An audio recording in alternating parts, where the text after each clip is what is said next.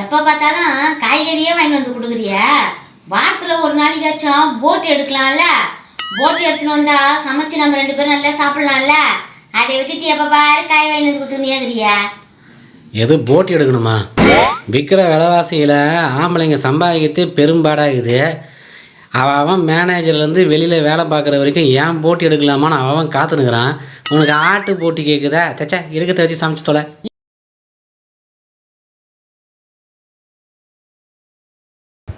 என்ன உன்னை யாரும் பாராட்டல அப்படி இப்படின்ற என்ன விஷயம்? அட விடுப்பா, மனுஷனுக்கு கஷ்டம் நஷ்டம் வரலாம் ஜகஜம். இதை போய் பெருசா நினைச்சு ஃபீல் பண்ணி அப்படி கேளுக்கா. அக்கா ஆரம்பத்தில் நான் என்ன பண்ணேன், ஒரே ஒரு குவார்டர் அடிச்சிருந்தேன். ஆனால் இப்போ ஒரு நாளைக்கு ஒரு ஃபுல்லி அடிக்கிற அளவுக்கு டெவலப் ஆகிட்டேன். அது மட்டும் இல்லை, ஆரம்பத்தில் ஒரு நாளைக்கு ஒரே ஒரு சிகரெட் தான் பிடிச்சிருந்தேன்.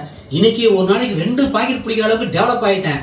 இதெல்லாம் பார்த்துட்டு நம்ம குடும்பத்தில் புள்ள இந்த அளவுக்கு டெவலப் ஆகி போகுது. இதை கொஞ்சம் பாராட்டினா வாழ்க்கைக்கு நல்லா இருக்குமான்னு ஏதாவது நினைப்பு இருக்குதாங்களுக்கு எதை பண்ணாலும் புத்தம் கூட கண்டுபிடிச்சிருக்குதுங்க. ஒரு பாராட்டு, ஒரு என்கரேஜ்மெண்ட், ஒரு தட்டி கொடுக்கறது எதுவுமே இல்லை. இந்த சாதனை எவனால பண்ண முடியுமா?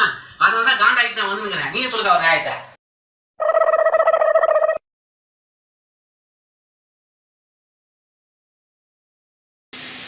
ஏய் இங்க வாயா, கீரையில உப்பு இருக்குதான்னு கொஞ்சம் பாக்குறியா? வா வா வரேன். இரு தரேன், இது சூடாகுது தரேன். இரு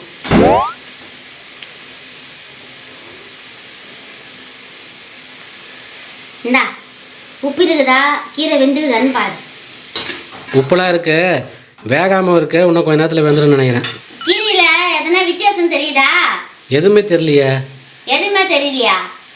அப்போ இன்னும் கொஞ்ச நேரம் போட்டு வெந்ததுக்கு அப்புறம் தெரியும் நினைக்கிறேன். எதுவும் வித்தியாசம் தெரியல? எதுவும் வித்தியாசம் தெரியல. நீ சொல்லத்தை பார்த்தா பேதி மாத்திரை ஏதாவது கலந்துருக்கியானா? கொஞ்ச நேரம் கழிச்சு ஏதாவது தெரியுன்ற. ஐயோ, உன்னை நம்பி வேற கீரையை சாப்பிட்டுட்டேன்னு முதல்ல கக்கீரை. So sad.